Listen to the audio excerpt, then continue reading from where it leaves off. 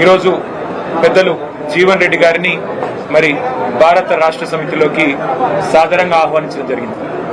నిజానికి జీవన్ రెడ్డి గారు వారి రాజకీయ అనుభవం కానీ వారికి ప్రజా జీవితంతో వారికి ముడిపడి ఉన్న పెనవేసుకుని ఉన్న బంధం ఏదైతే ఉన్నదో సుదీర్ఘ కాలంగా కాంగ్రెస్ పార్టీతోనే వారు దాదాపు 4 దశాబ్దాలకు పైగా కాంగ్రెస్ పార్టీకి విశేషమైన సేవలు అందించిన విషయం మీ అందరికీ తెలిసింది. మీ అందరికీ తెలియని ఒక విషయం ఏమంటే 2014కు మునుపు సరిగ్గా 2014 ఎలక్షన్ల కొద్దిగా ముందు తెలంగాణ రాష్ట్రం ఏర్పడ్డ తర్వాత అంటే ఫిబ్రవరి 20 నాడు బిల్లు పాస్ అయిన తర్వాత మరి ఏప్రిల్లో అనుకుంటా బహుశా ఎలక్షన్ జరిగింది. ఆ మధ్య కాలంలో అప్పుడు పెద్దలు కేసీఆర్ గారు జీవన్ రెడ్డి గారిని ఆహ్వానించారు పార్టీలో.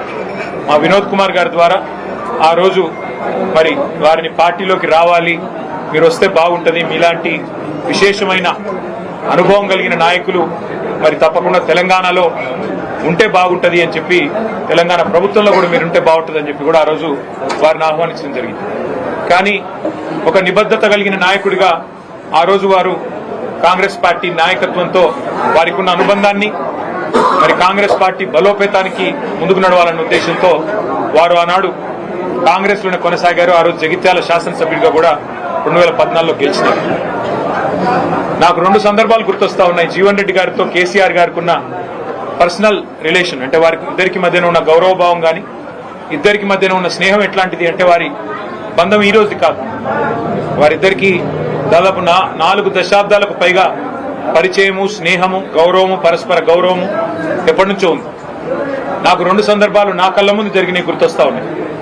ఒకటి 2014లో కేసీఆర్ గారు జూన్ 2 నాడు ముఖ్యమంత్రిగా పదవీ బాధ్యతలు చేపట్టిన తర్వాత వారి మొట్టమొదటి అధికారిక పర్యటన జిల్లాలలో ఉమ్మడి కరీంనగర్ జిల్లాతోనే ప్రారంభమైంది.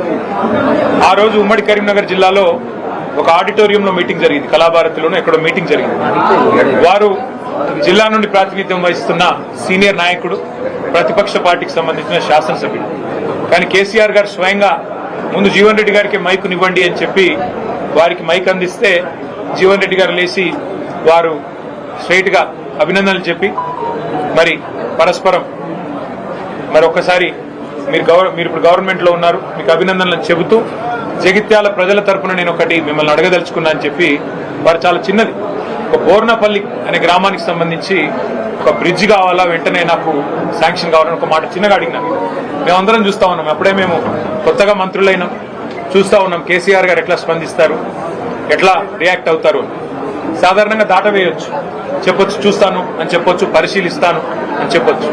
కానీ జీవన్ రెడ్డి గారి మీద ఉన్న గౌరవం, వారి మీద ఉన్న ప్రేమ ఎట్లాంటిది అంటే క్షణంలోనే వెంటనే అక్కడే శాంక్షన్ చేసి 75 కోట్ల బ్రిడ్జ్ ని అక్కడికక్కడే కరీంనగర్ ఉమ్మడి జిల్లాలో ఇచ్చిన మొట్టమొదటి శాంక్షన్ కేసీఆర్ గారు ఆ రోజు జీవన్ రెడ్డి గారి కోరిక మేరకు, వారి విజ్ఞప్తి మేరకు ఇచ్చిన ఆ బ్రిడ్జ్.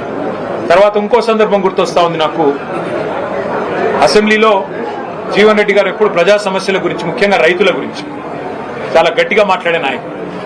ఈ జిల్లాలో ముఖ్యంగా జగిత్యాల జిల్లాలో నిజాం షుగర్స్ అనేది ఒక చాలా ఇంపార్టెంట్ సబ్జెక్ట్ గా ఉండేది. అటు విద్యాసాగర్ రావు గారు, జీవన్ రెడ్డి గారు ఇద్దరు కూడా కొట్లాడేవారు గట్టిగా, మాకు ఖచ్చితంగా దీన్ని తెరిపించాల్సిందే. కేసీఆర్ గారు కూడా ఖచ్చితంగా షుగర్ ఫ్యాక్టరీ తెరిపించాల్సిందే, అందులో భేదాభిప్రాయం లేదు, మేము కూడా మాటిచ్చున్నాము. కానీ పక్కనే ఉన్న మహారాష్ట్రలో, అప్పుడు పోచారం శ్రీనివాసరెడ్డి గారు వ్యవసాయ మంత్రి, పక్కనే ఉన్న మహారాష్ట్రలో సహకార వ్యవస్థలో కోఆపరేటివ్ ఫార్మాట్ లో చాలా బ్రహ్మాండంగా నడుస్తా ఉన్నాయి అక్కడ షుగర్ మిల్లులు. మా టెస్కాప్ చైర్మన్ రవీంద్రరావు గారు కూడా ఇక్కడే ఉన్నారు, మాజీ అధ్యక్షులు. అట్లా కోఆపరేటివ్ వ్యవస్థను బలోపేతం చేస్తే బాగుంటుంది జీవన్ రెడ్డి గారు. ఒకవేళ మీరు కావాలనుకుంటే ప్రభుత్వం నుంచి 250-300 కోట్లు పెట్టడానికి కూడా మేము సిద్ధంగా ఉన్నాం, అవసరమైతే మీరే చైర్మన్ గా ఉండండి దానికి అని చెప్పి కూడా నిండు శాసనసభలో ముఖ్యమంత్రిగా కేసీఆర్ గారు అన్నాడు జీవన్ రెడ్డి గారికి ఓపెన్ గా, ఎలాంటి బేసిజానికి పోకుండా ఒక ఆఫర్ కూడా ఇచ్చారు. ఇవాళ నేను మా జగిత్యాల జిల్లా నాయకత్వాన్ని కూడా